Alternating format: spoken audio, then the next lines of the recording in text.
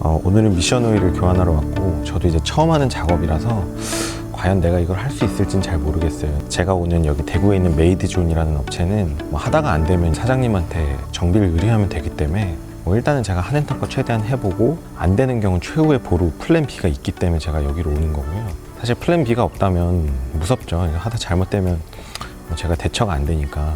유튜브에서도 많이 정비를 숙지하고 왔고, ZF 홈페이지에 들어가면 오일 교환하는 거에 대한 어떤 매뉴얼이 있어요. 그래서 이 매뉴얼을 숙지하면서 이제 작업을 할 예정이고요. 작업을 하면서 소소하게 약간 근사로 대충대충 하는 영역들이 있는데, 완벽한 정석대로 정비를 하진 않을 수도 있습니다. 그거는 뭐 이 차의 연식이나 잔존 가치를 고려해서 제가 좀 대충대충 하는 영역이 있고요. 그렇기 때문에 지금 제가 하는 정비를 이대로 권하는 건 아닙니다. 저는 그냥 제 차라서 이렇게 하는 것 뿐이고요. 일단 준비한 재료를 보여드리면, 이거는 이제 미션 오일의 오일 팬이고요. 보시면은 오일 팬이 있고 이게 볼트가 있어요. 매뉴얼상은 오일 팬을 꼭 교환을 해야 되는데, 얘는 이제 오일 팬 요 밑에 그 필터가 들어있습니다. 그러다 보니까 필터 일체형이라서 사실은 팬을 교환한다는 의미 자체가 어떻게 보면 미션 오일의 필터를 교환하는 거를 같이 하는 작업이기 때문에 사실 안 할 생각도 있었는데, 이제 이 작업이 이렇게 늘 하는 작업이 아니잖아요. 한 번 하면 거의 한 10만 킬로 이상은 안 해도 되니까 매뉴얼상 하는 김에 교환하기로 했고요. 이 펜 같은 경우는 이제 순정품은 한 30만 원이 넘고요. 지금은 이제 ZF에서 나오는 애프터마켓 제품을 13만 원 주고 구입했는데, 사실 BMW가 미션을 직접 만들진 않잖아요. ZF 걸 사다 쓰니까 결국은 ZF에서 나오는 펜이기 때문에 이게 결국은 순정이죠.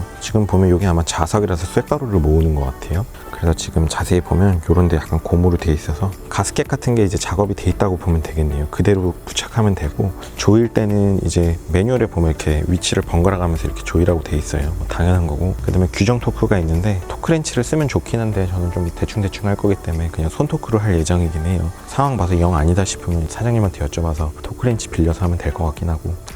보니까 자석이 뒤쪽에도 있네요. 뒤쪽에 2개, 여기도 있고 여기도 있어요. 이렇게 돼 있고, 이 제품을 구입한 곳은 파트존이고요. 제가 파트존에서 구입하는 결정적인 이유는 사실 가격이 저렴한 편입니다. 그러니까 뭐 아마존 같은 데서 직구를 한다고 치면 이제 배송 대행 비용이 들죠. 그리고 보통 자동차 파츠들은 무게가 무겁기 때문에 배송비도 많이 들고, 게다가 이제 520D 같은 경우는 이제 미국 같은 데는 판매가 안 됐기 때문에 미국 아마존 같은 데서는 부품 조회해 보면 마땅하게 잘 안 나와요. 좀 헷갈리는 게 많고, 이제 국내 파트존이라는 회사를 보면 굳이 직배송을 할 필요가 없을 만큼 가격이 저렴하고요. 뭐 파트존에서 어떤 뭐 돈을 받고 광고를 하는 게 아니고 제가 좋아하는 업체라서 한번 소개시켜 드리는 거고요. 뭐 애프터마켓 부품, 순정 부품이 잘 정리돼서 나야 되는데 되게 나쁘지 않습니다.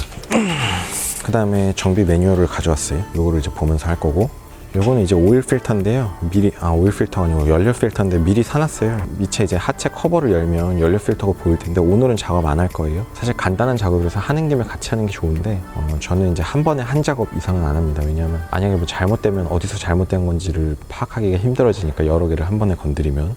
요것도 파트존에서 구입한 거예요. 자, 이제 이 오일이 문제인데요. 이 오일은 토탈에서 나온 플루이드매틱 MV, LV라는 거고요. 6속 및 8속에 대한 합성 자동 변속 기유입니다. 제조사는 이제 S오일 토탈 윤활유고요. S오일이랑 토탈이랑 이렇게 합작해서 만드는 것 같아요. 뭐 GS랑 칼텍스도 마찬가지죠. GS 칼텍스. 사실은 원래는 이제 매뉴얼에 보면은 ZF 플루이드를 권한다고 이제 돼 있어요. 당연히 제조사니까 순정 오일을 권하는 건 당연한데, 저는 이제 순정유를 하지 않습니다. 왜냐면 순정유는 1리터의 비용이 최소한 2만 원에서 2만 5천 원 정도 하는데, 교환하는데 오일 사용량이 교환하는 방식에 따라서 다르지만 최소한 6리터 정도에서 많게는 한 20리터까지 쓰이는데요. 왜 그러는지는 이제 이따가 설명을 드릴 거고, 미션 오일 같은 경우는 드레인을 해도 오일이 한 절반밖에 안 빠져나오기 때문에 절반만 교환하는 거는 잔유가 너무 많이 남아서 굉장히 찜찜한 작업이고, 제가 이제 엔진오일 같은 경우는 잔유에 너무 연연하진 않거든요. 왜냐면 잔유가 그렇게 많이 남는 것도 아니고, 엔진오일은 교환 주기가 훨씬 짧기 때문에 이거에 비하면 다음에 또 교환해주면 되니까 상관없는데, 미션오일 같은 경우는 교환 주기가 사실은 되게 길죠. 이 차 지금 15만 킬로인데 요번에 교환해주면 거의 폐차할 때까지 교환할 일이 없을 수도 있는 이 차 생애의 마지막 교환인데, 이렇게 드레인만 해서 다시 주입하면 거의 절반 정도가 섞이는데, 그런 작업을 하는 게 좀 의미가 없다는, 하는 김에 잔유를 조금 더 잘 제거해 주는 게 좀 정신 건강에 좋을 것 같고, 그래서 이제 작업을 할 때 오일을 드레인하고 다시 막은 다음에 새 오일을 넣은 다음에 미션을 돌려갖고 안에 좀 토크 컨버터 안에 있는 오일을 다 섞어주고, 그 다음 다시 드레인하고 다시 막고 오일 넣고 이 작업을 한 3번 정도 할 거예요. 그러면 이제 잔유가 대략 한 8분의 1 정도만 남고 8분의 7은 이제 신유로 들어가게 됩니다. 그 정도 되면 이제 별 문제 없다고 생각되고, 이런 작업을 하려면 이제 순정유로 하려면 순정유가 이제 ZF 순정유가 리터당 최소한 한 2만 원에서 2만 5천 원은 하는데, 그거를 20리터 가까이 사용한다고 치면 오일값만 해도 한 40만 원이잖아요. 그러니까 사실 오일값이 너무 부담되고, 지금 이거는 5만 5천 원 정도 주고 산 것 같은데, 토탈이라는 회사는 세계 7대 메이저 정유 회사 중에 하나고, 사실 ZF가 오일을 직접 만들 리는 없잖아요. ZF도 어딘가에 오일을 사다가 이제 자기네 순정유로 딱지 붙여다가 파는 걸 텐데, 아니면 본인이 어떤 제조 요구를 할 수도 있겠지만, 뭐 그건 그렇다 쳐도 이 토탈이라는 회사가 이제 세계 7대 회사고, 이 자료 이제 MSDS를 찾아보면 ZF 8단 플루이드를 만족한다고 규격이 써 있어요. 그래서 사실 제가 엔지니어가 아니기 때문에 저도 정확하게 알 수는 없는데, 토탈이라는 이 정도의 메이저한 회사에서 MSDS 자료에다가 ZF 8단 만족한다고 써놓은 정도면, 그 정도면 저는 그냥 믿을만 하다고 생각했습니다. 왜냐면 여기 있는 각종 엔지니어들이 알아서 다 그 정확한 스펙들을 다 분석을 했을 거 아니에요. 그래서 큰 문제가 없다고 봤고, 사실 미션 오일에서 되게 중요한 거는 이게 이제 윤활 기능이 어차피 메이저한 회사니까 아무 문제 없다고 봤고, 윤활 기능도 하지만 이제 동력을 전달하는 역할을 하잖아요. 터빈하고 임펠러 사이에서 이제 이 유체가 동력을 전달할 때는 이 밀도랑 비스코시티, 이 두 가지가 제일 중요한 것 같은데, MSDS 자료를 찾아보면서 지금 한 몇 달을 고민을 했는데 결론은 저도 잘 모르겠다는 거고요. 결론의 끝은 너무 그렇게 민감하게 고민할 필요가 있냐라는 의문을 하게 되었습니다. 일단 고민하지 말고 해보고 문제가 되면 다시 빼내고 순정을 넣으면 되니까요. 사실 그럴 가능성 거의 없다고 보고요. 근데 덴시티는 비슷해요. 덴시티는 거의 비슷하고, 비스코시티는 조금씩 차이가 날 수 있는데, 비스코시티의 소소한 차이를 저는 너무 민감하게 볼 필요가 없다고 보는 게, 왜냐면 비스코시티 자체가 온도에 따른 함수인데 온도에 따라서 되게 그 값이 많이 바뀌거든요. 근데 이제 주행을 하다 보면 이제 미션 오일이 대략 한 100도 정도로 세츄레이션 될 텐데, 거기서 뭐 계절이나 날씨에 따라서 약간씩의 온도 차이가 있을 거고, 그 온도 차이에 따라서 어차피 비스코시티 차이가 생길 거고, 거기에 따라서 뭐 한 1, 2 정도의 차이는, 그러니까 우리가 주행을 하면 기본적으로 거의 다 100도씩 근처로 세츄레이션 될 텐데, 그 정도에서 비스코시티가 어차피 온도의 함수라서 그렇게 민감하게 막 아주 조금의 차이를 갖고 우리가 민감하게 받아들여야 되는 정도로 그게 그렇게 중요할까는 개인적으로는 좀 의문이기도 하고, 사실 또 생각해보면 이미 들어가 있는 오일이 ZF 순정이라고 치면 이게 전차주가 가라앉지 안 가라앉는지 모르겠지만 최소한 제가 5만 킬로 주행했으니까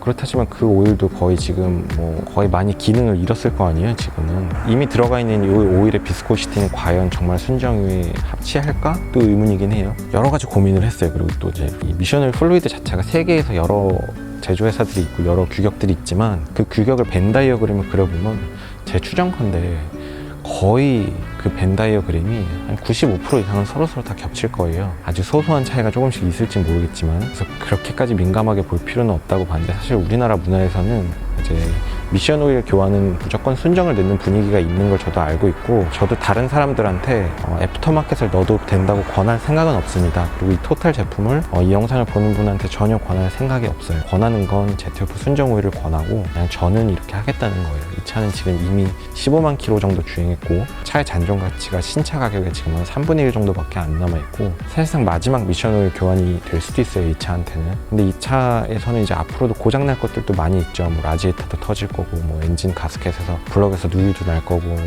각종 하체 암들도 다 삐그덕거릴 거고, 이제 사람 나이로 치면 거의 60대 70대에 이르기 때문에 모든 거를 순정 상태로 다 돈을 다 써서 그 원칙적인 매뉴얼대로 하다 보면 이 차의 잔존 가치랑 이제 맞지가 않거든요. 그래서 저는 이렇게 하는 거고, 다른 사람한테 이 오일을 써도 된다고 권할 생각은 없습니다. 일단 작업 들어갈게요.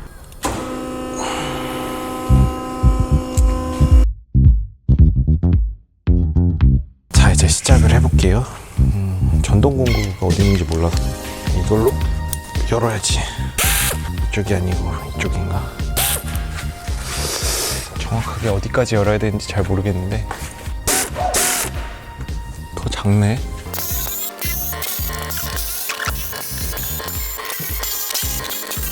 일단 안에를 보면 지금 오일 팬이 있죠. 이게 한번 교환이 된 적이 있는지 아닌지를 아는 사람은 알더라고요. 다행히도 아직 그 어디에도 누유의 흔적은 보이진 않네요.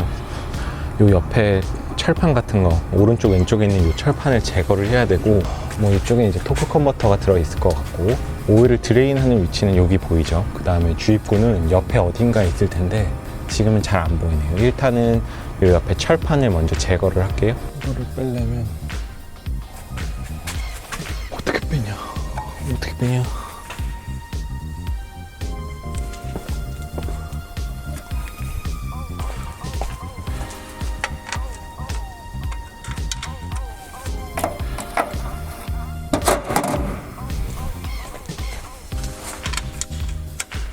너무 많네.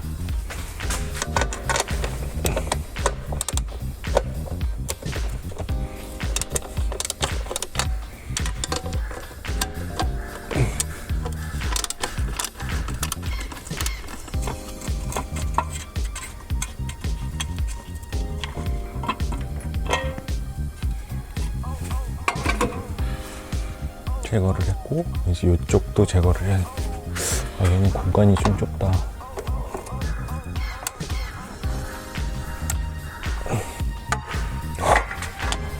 이 공간 안 나오면 어떻게 제거하지? 못 열겠는데? 아, 길다란 거 연장.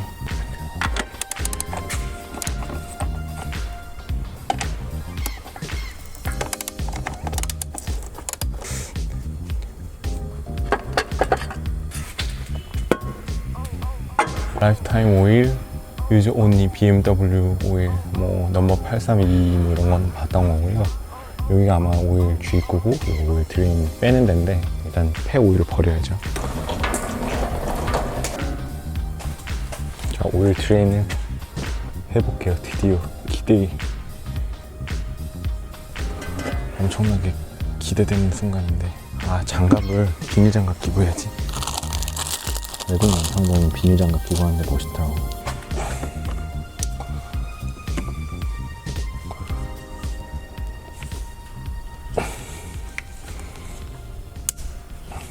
왜 안 열리지?